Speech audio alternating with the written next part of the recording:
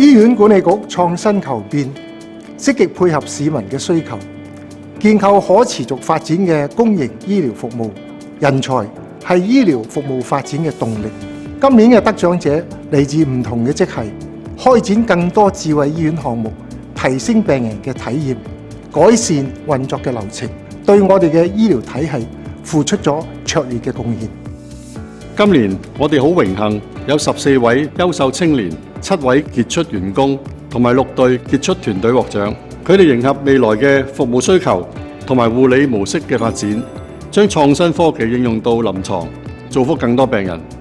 呢啲成就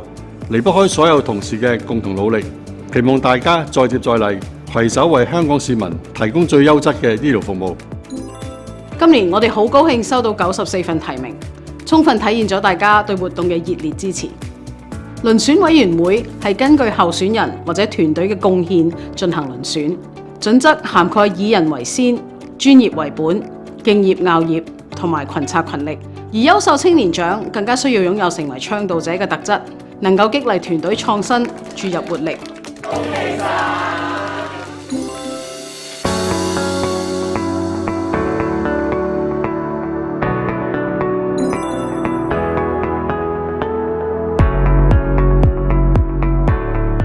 因為我哋係應急應變啦，咁所以特別要多謝嘅就係急症室嘅同事，二話不說即時做到個回應咧，係幫到我之餘咧，仲要幫到啲傷者啊、病人啦。喺緊急應變同埋同其他部門協作方面，例如消防啦、救護、警察、醫療輔助隊等等，佢往往能夠喺一個好高、好闊嘅角度去分析問題，任何困難嘅任務喺佢手上咧，都能夠順利完成嘅。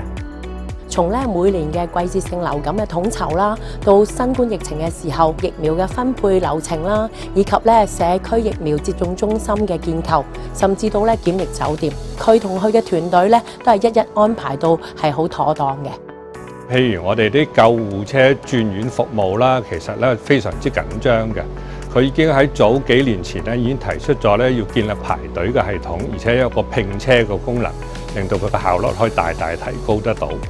另外就有其他 unit 啦，包括 ICU 啊，我哋 admin 嘅同事啊，我哋 MICC 嘅 coordinators 啊、CCE 啊，一啲管理層咧，對我哋嘅團隊亦都好大嘅鼓勵啦。咁我呢度想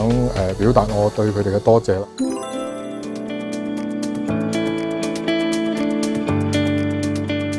近呢幾年我哋見到護士嘅流失率有一個唔係幾穩定嘅情況，而我哋留意到 HA 護士其實係一個跨世代嘅團隊嚟嘅。咁我哋都想睇一睇可唔可以做到一啲嘢去推動一啲文化去化解，所以喺呢2年都舉辦咗唔同嘅活動啦。咁希望可以令到佢哋感受到有一個大家庭嘅感覺。我哋嘅活動咧唔係一次性，一路帶領住同時有呢團火喺當中啦，同新生代啦，佢哋咧點樣去預備佢哋嚟緊嘅護理生涯嘅規劃啦，加強我哋例如一啲補習老師嘅計劃啦，同埋我哋同一啲嘅院校們嘅一啲嘅合作啦，讓我哋嘅同事準備好去面對我哋嘅更多嘅挑戰。咁我哋見到喺活動入邊唔單止有笑有淚啦，亦都有好多反思嘅地方。同事反映都話翻俾我哋聽原來有啲價值觀，好似關愛病人嘅心原來都係無分世代嘅，亦都重現翻佢哋對護理工作嘅熱誠同埋意義。我就覺得佢哋 ready 啦，因為呢個 NOYG Nurture of a Young Generation 我哋睇住啲前線嘅後生嘅同事啦，佢哋完全係可以好自主去 own 咗一個 project。咁我哋見到個傳承啦，咁所以我覺得佢哋係實至名歸嘅。